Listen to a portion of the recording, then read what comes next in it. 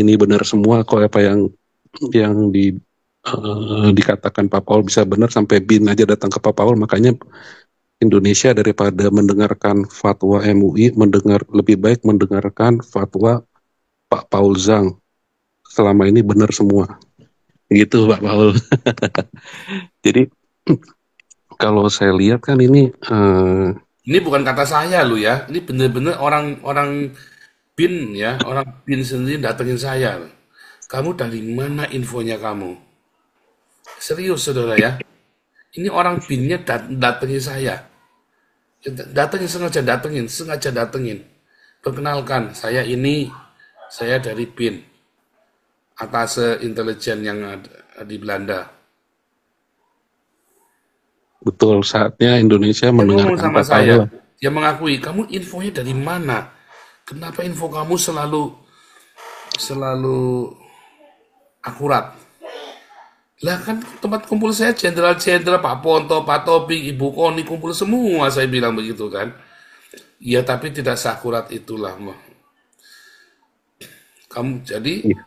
yang KKB, yang apa sama RMS semua ya, yang kita ngomong kan terjadi semua. Makanya sih kita menjauh dari orang-orang KKB ini karena orang KKB sendiri mereka rupanya nggak bersatu kan, ketahuan semua kebongkar di sini kan.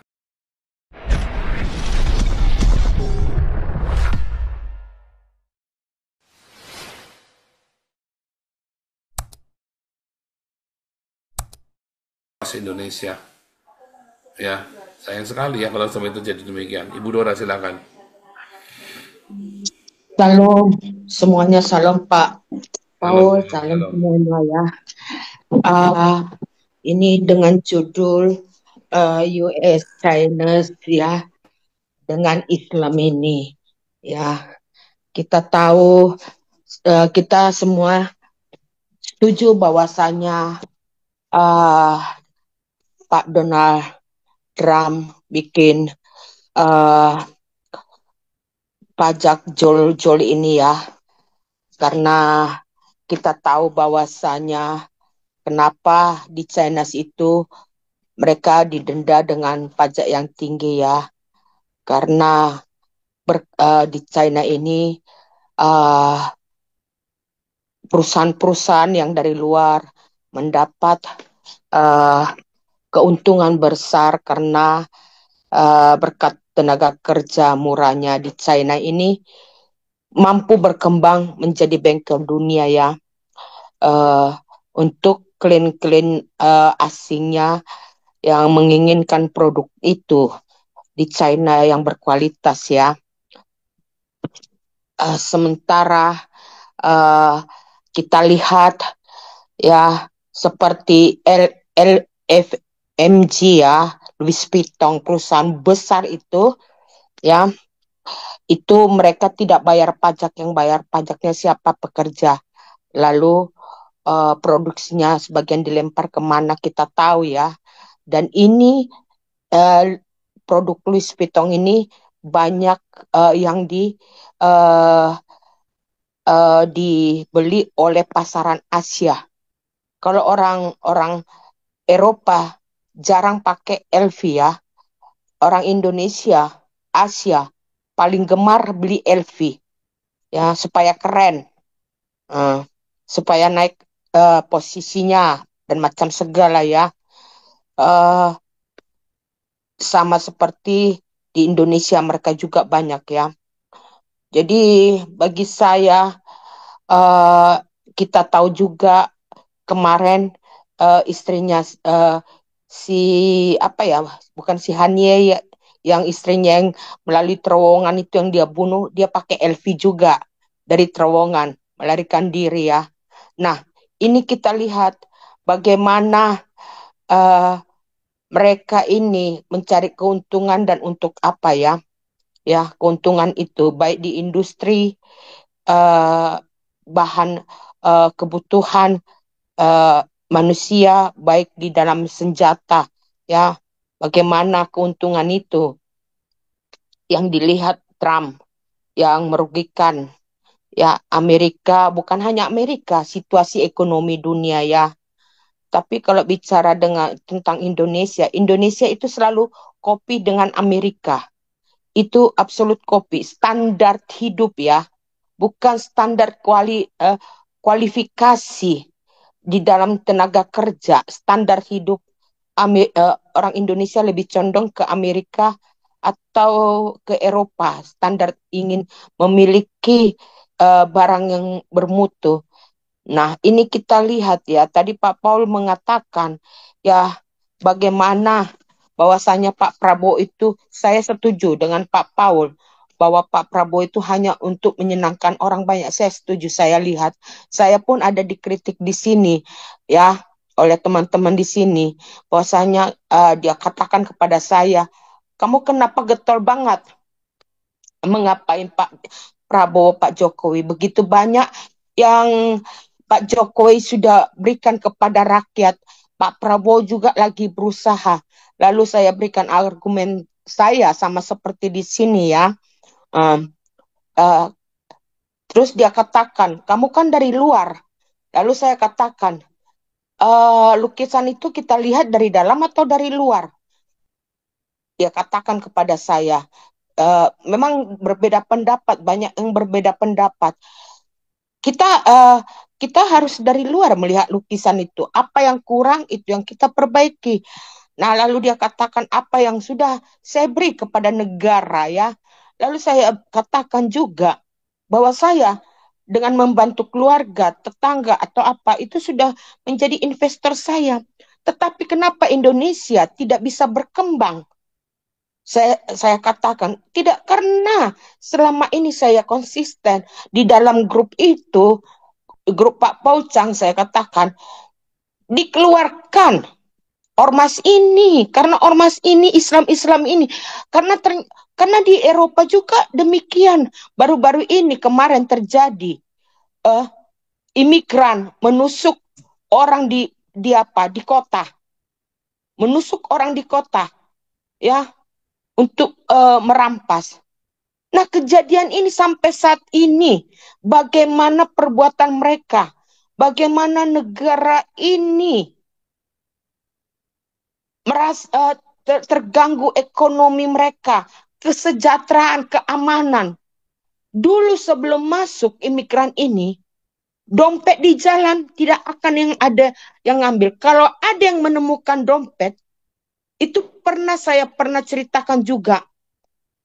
Saudara saya tinggal video camnya di dalam bus. Bus itu banyak orang.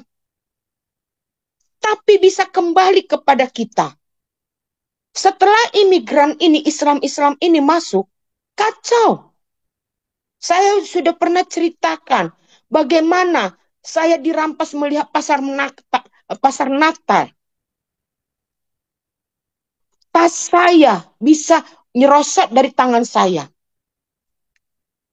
Nah itu Pak Prabowo tidak melihat situasi ini. Bagaimana Islam itu, bagaimana Trump itu. Saya bukan mau membela Trump. Dari sisi kehidupannya saya nggak mau melihat begini sisi kehidupannya, begini masa lalunya. Tapi kebijaksanaannya pada saat ini tepat sekali. Itu yang saya lihat. Makanya saya katakan, Pak Prabowo, tolonglah. Pak Prabowo, tolonglah. Berikan rakyatmu kebijaksanaan.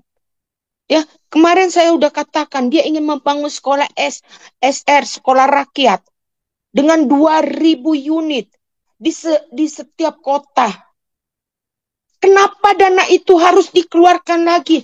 Kita sudah punya sekolah impres, kita SMA negeri ada, kita SMP negeri ada. Ya, kenapa suntikan dana itu tidak mengembangkan di labornya, praktikannya, STM itu? Ya, para wisata, apalagi sekolah profesional itu dibangkitkan, dikembangkan, disuntik donasi. Jangan membangun yang baru. Kalau kita membangun yang baru, kita harus memulai lagi. Pak Prabowo 5 tahun Bagaimana kelanjutannya 5 tahun ke depan? Jangan dikatakan dikatakan kita punya kekayaan alam, nikel kita masih ditawar begono-begono. Buktinya sawit aja sudah bermasalah untuk aksiannya dipasarkan. Di Eropa sekarang kita pakai minyak matahari dari bunga matahari, Rapson.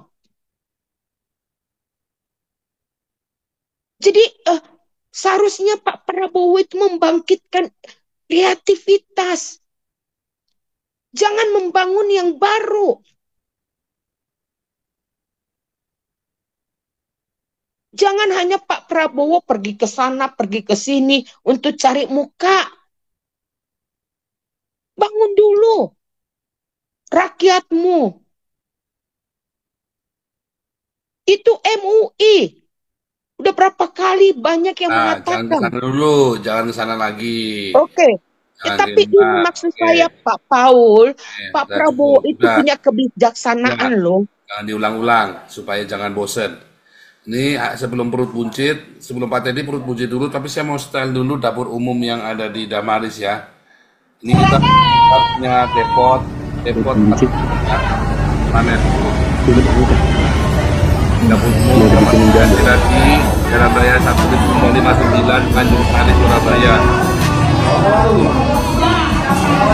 Suasananya ya, kita sekarang merekam di tempat, kita sewa tempat di Surabaya dan kita mau bikin juga yang di Jakarta. Ya, jangan kita lagi dapat ya. Ramai banget ya. Ramai banget ini. Masakannya yang mantap ya. Setiap hari ya, dari jam 12 sampai yang masakan habis. Jadi jam 12 siang ya. Senin sampai hari Sabtu. Berkat donasi dari Anda semuanya, kita makin luar biasa ya dapur umum kita. Damaris, keren. Luar biasa.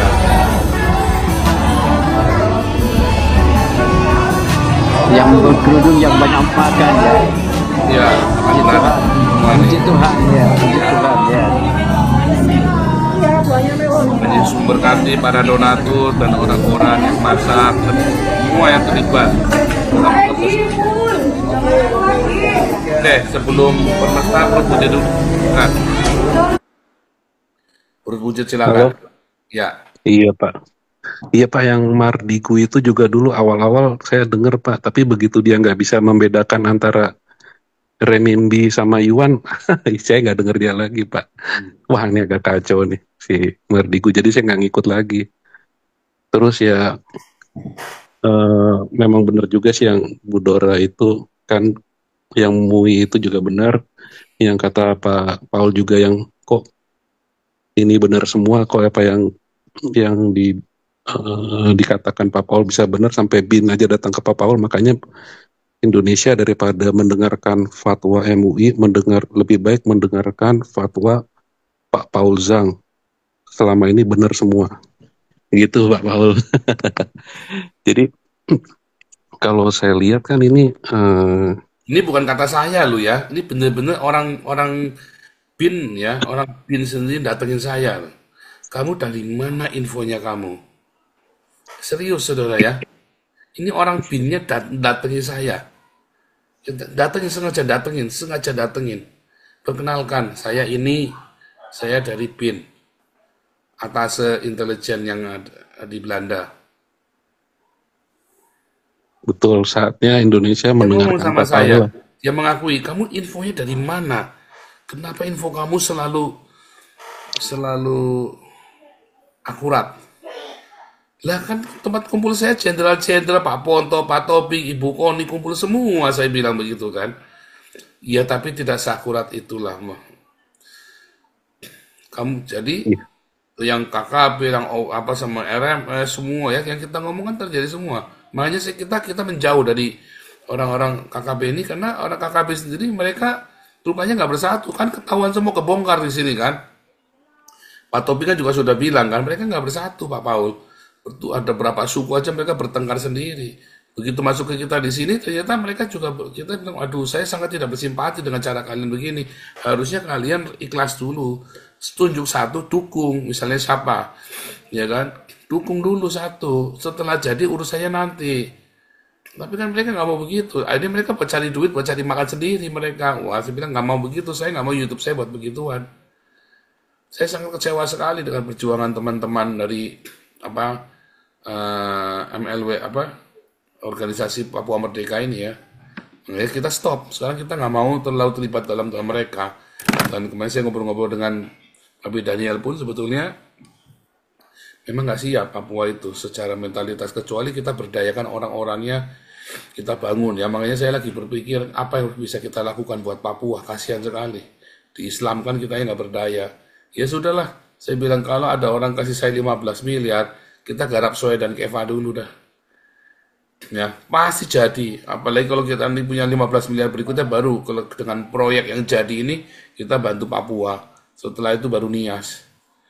Gitu ya. Oke lah, Iya. Pak Teddy silakan.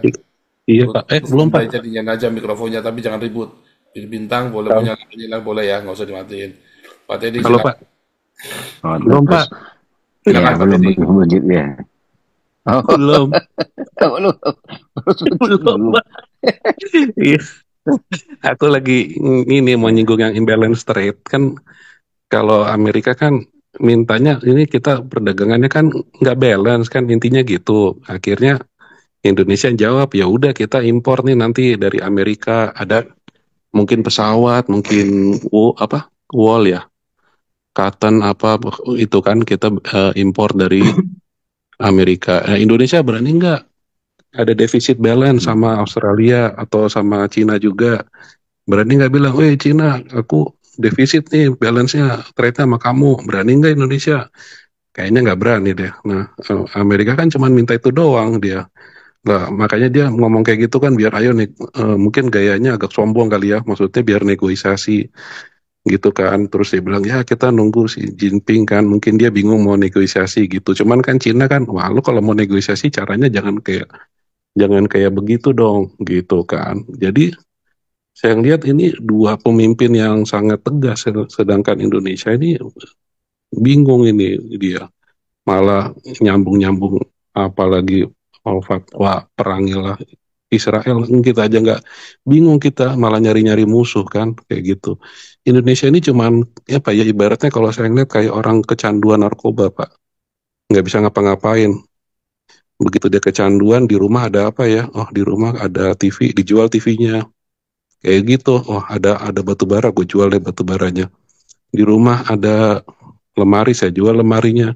Dijual isi-isi barangnya Pak, jadi nggak ada produksinya, nggak ada kreativitasnya, nggak ada pemikirannya saya mau ngapain, pokoknya dijual lah apa yang ada di dalam saya jual. Lama-lama ya ini negara ini dijual semua, nanti kalau udah habis pulaunya dijual. Kalau saya ngeliat gitu kayak negara ini kayak orang yang sudah kecanduan narkoba gitulah.